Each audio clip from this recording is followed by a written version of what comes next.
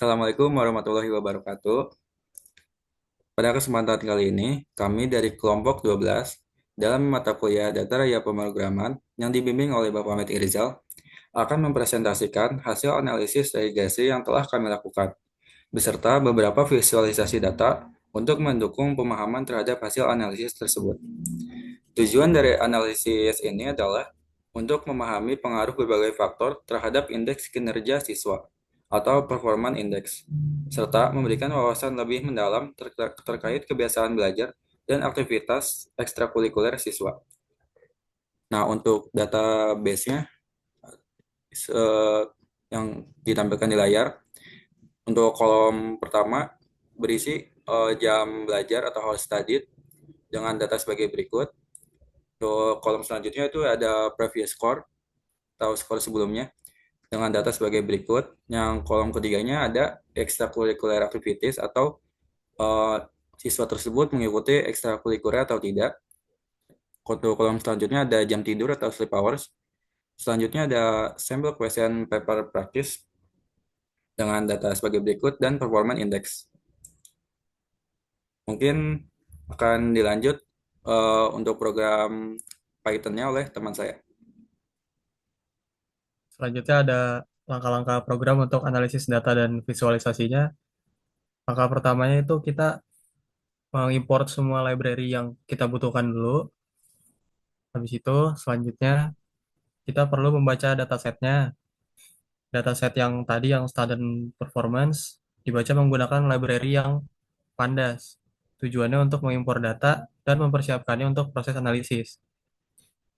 Selanjutnya kita melakukan analisis regresi linear. Yang pertama kita menentukan variabelnya dulu. Variabel independennya itu ada course studied, previous course, sleep hours, terus ada sample question paper practice. Selanjutnya variabel dependentnya itu ada yang performance index. Tujuannya itu untuk membuat hubungan matematis antara prediktor dan target. Selanjutnya kita melakukan partisi data. Datanya dibagi menjadi data pelatihan 80%, lalu 20%-nya lagi data pengujian. Tujuannya itu untuk melatih model regresi dengan sebagian data dan menguji performanya pada data lainnya. Selanjutnya ada melatih model. Model regresi linearnya dilatih menggunakan data pelatihan. Habis itu kita mengevaluasi model. Modelnya diuji dengan data pengujian dan dihitung nilai R kuadratnya untuk mengukur akurasi model. Terus kita menyimpan hasil regresinya.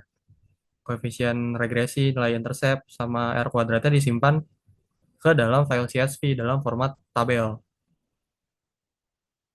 Habis itu kita membuat histogram. Yang pertama itu ada histogram variabel yang harus studied, menampilkan distribusi data jumlah jam belajar siswa. Tujuannya itu untuk memahami pola umum belajar jam siswa. Lalu eh, histogram yang kedua tuh histogram yang variabel sample question papers, menampilkan distribusi jumlah soal latihan yang dikerjakan. Tujuannya itu untuk memahami pola pengerjaan soal latihan. Hasil output histogramnya nanti disimpan ke dalam yang histogram PNG. Terus habis itu kita membuat pie chart-nya, menampilkan distribusi siswa berdasarkan aktivitas ekstrakurikuler. Tujuannya itu untuk menganalisis keterlibatan siswa dalam kegiatan ekstrakurikuler. Nanti yang terakhir ada outputnya. Nanti yang tadi yang hasil regresi disimpan ke dalam hasil regresi yang CSV. Terus histogramnya tadi kan histogram PNG. Nah, pie chart yang terakhir nanti disimpan ke dalam pie chart yang file PNG. Selanjutnya bisa dijelaskan teman saya. Selanjutnya, dari hasil program Python yang telah dijalankan oleh kita tadi, kita akan mendapatkan hasil eh, koefisien regresi sebagai berikut. Untuk our study mendapatkan nilai sebesar 285, 285 miliar, 289.351.205,45. Untuk skor sebelumnya atau previous score mendapatkan hasil sebesar 10.170.157.153,812. Untuk jam tidurnya mendapatkan nilai sebesar 0,4733 dan seterusnya.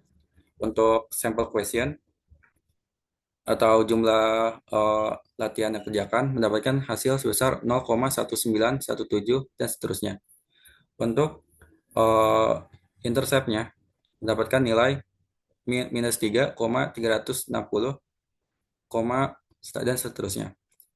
Untuk skor R2-nya, model kami mengindikasikan bahwa mendapat hasilnya yaitu 0,9887144 dan seterusnya. Untuk visualisasi datanya akan dijelaskan oleh teman saya. Oke, selanjutnya kita membuat visualisasi data yang pertama itu ada histogram untuk menggambarkan distribusi dua variabel penting, yaitu jumlah jam belajar atau hours study, dan juga jumlah soal latihan dikerjakan atau sample question paper practice. Nah, histogram ini tuh menunjukkan pola data seperti ini. Pada bagian histogram jam belajar itu menunjukkan distribusi jumlah jam belajar mahasiswa. Terlihat ada variasi yang cukup besar dalam jumlah jam belajarnya di sini. Yang kedua itu, histogram soal sampelnya menunjukkan distribusi jumlah soal sampel yang dikerjakan mahasiswa. Grafik ini memperlihatkan bahwa sebagian besar mahasiswa mengerjakan cukup banyak soal sampel. Nah, dari grafik histogram ini bisa kita lihat kecenderungan perilaku mahasiswa secara keseluruhan.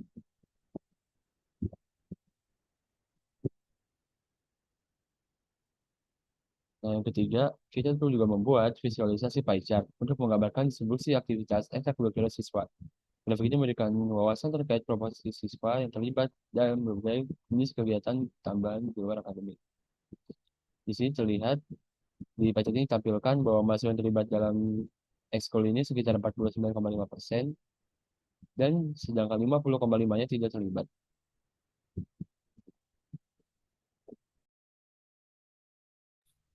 Demikian analisis dan visualisasi yang telah kami lakukan.